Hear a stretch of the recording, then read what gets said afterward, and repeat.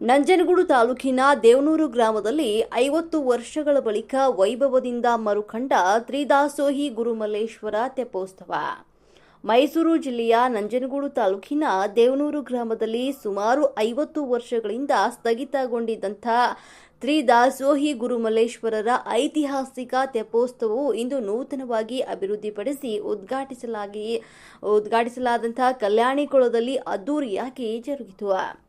ಅಲಂಕೃತ ತೆಪ್ಪದಲ್ಲಿ ಉತ್ಸವ ಮೂರ್ತಿಯನ್ನ ಪ್ರತಿಷ್ಠಾಪಿಸಿ ವಿಶೇಷ ಪೂಜೆಗಳೊಂದಿಗೆ ತೆಪ್ಪೋತ್ಸವಕ್ಕೆ ಚಾಲನೆಯನ್ನ ನೀಡಲಾಯಿತು.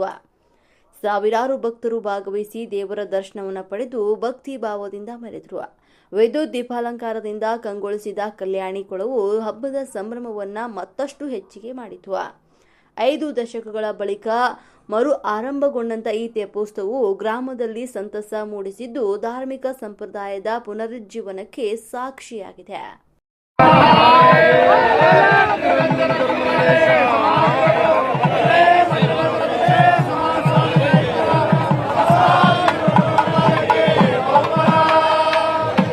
ಗುರುಮಲ್ಲೇಶ್ವರ ಬಾಲಕ